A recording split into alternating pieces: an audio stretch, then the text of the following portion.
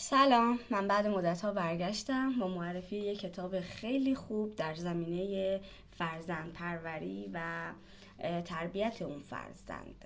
کتابی نیست جز کتابی که آرزو می‌کنید والدینتان خوانده بودن. به نظرم این کتاب بسیار مفید و کارآمدیه، حالا چه برای مجردها و چه متأهل‌ها. کتابی که هر شخصی نیاز داره این کتاب رو بخونه. به صورت رندوم یک صفحه رو باز میکنیم و چند خطی از این کتاب رو میخونیم. همیشه وقتی نوبت به فرزندمان میرسد عجله داریم برای زایمان، تسریع زایمان، شیر دادن، خواب شبانه، از شیر گرفتن، نشستن، راه رفتن و حرف زدن، خریدن اولین خانه، صرفه‌جویی و بازنشستگی. عجله داریم.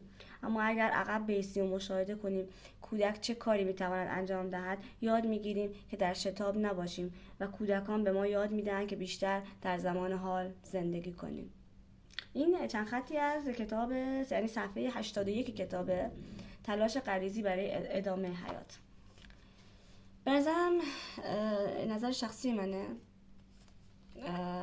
کتاب رو تهیه کنید و بخونید. من خودم این کتاب رو توی یکی از این صفحه‌های اینستاگرامی که معرفی می‌کردن با این کتاب آشنا شدم و تهیه‌اش کردم و خوندم.